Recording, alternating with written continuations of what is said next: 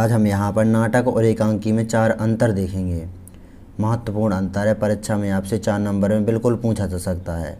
यदि आप संपूर्ण कक्षा 10 एनसीईआरटी गणित को हल सहित देखना चाहते हैं तो डिस्क्रिप्शन ज़रूर चेक करना वीडियो के अंत में। तो यहाँ पर अंतर देखेंगे नाटक और एकांकी में।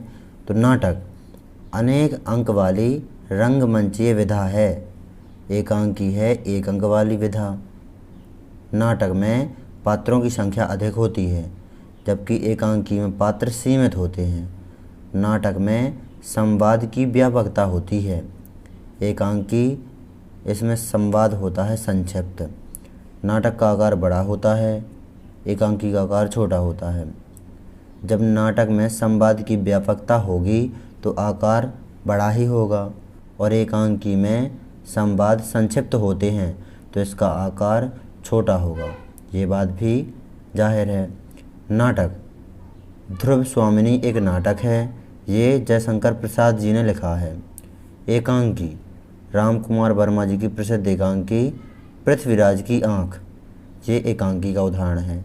तो इस प्रकार आपको नाटक और एकांकी में 4 या 5 अंतर अच्छी तरह से याद कर लेना है, नोट कर लेना है। परीक्षा की दृष्टि से बहुत अधिक महत्वपूर्ण है। अब हम यहाँ पर कहानी और उपन्यास में अंतर देखेंगे। यदि आप संपूर्ण कक्षा 10 एनसीईआरटी गणित को हल सहित देखना चाहते हैं तो डिस्क्रिप्शन ज़रूर चेक करना वीडियो के अंत में। तो यहाँ पर उपन्यास और कहानी में अंतर देखेंगे। तो उपन्यास का आकार होता है बड़ा, कहानी का आकार होता है उपन्यास से छोटा। उपन्यास में पात्रों की संख्या अधिक होती है, कहानी में पात्रों की संख्या होती है सीमित, कम पात्र होते हैं कहानी में, उपन्यास में अधिक पात्र होते हैं। उपन्यास कथा वस्तु का आकार व्यापक होता है, उपन्यास कहानी से हर बात में बड़ा है, आकार में भी बड़ा है, पात्रों की संख्या अधिक है, कथा वस्तु का आकार भी व्यापक है। और कहानी उपन्यास की अपेक्षा छोटी होती है, आकार छोटा होता है, पात्र सीमित होते हैं, कथा वस्तु संक्षिप्त होती है। उपन्यास प्रेमचंद के अनुसार उपन्यास एक बगीचा है तो कहानी उस बगीचे का सौरभवी का गुलदस्ता है। गोदान उदाहरण हो गया उपन्यास का, ये गोदान उपन्यास लिखा है प्रेमचंद्र जी ने। और कहानी का उदाहरण हो गया हार की जीत, ये लिखी है सुदर्शन जी ने। तो ये है यहाँ पर कहानी एवं उपन्यास में प्रमुख अंतर। इन्हें आपको अच्छी तरह से याद कर लेना है, नोट कर लेना है, परीक्षा की दृष्टि से बहुत अधिक महत्वपूर्ण है।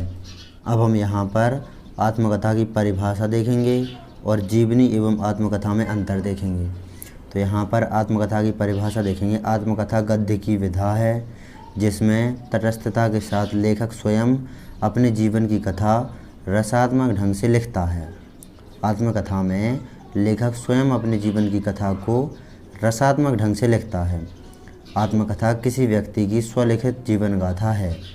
तो यहाँ पर आत्मकथा का उदाहरण है गुलाब राय ने लिखी हुई है मेरी असफलताएं, और महावीर प्रसाद द्विवेदी जी ने लिखी हुई है मेरी जीवन गाथा।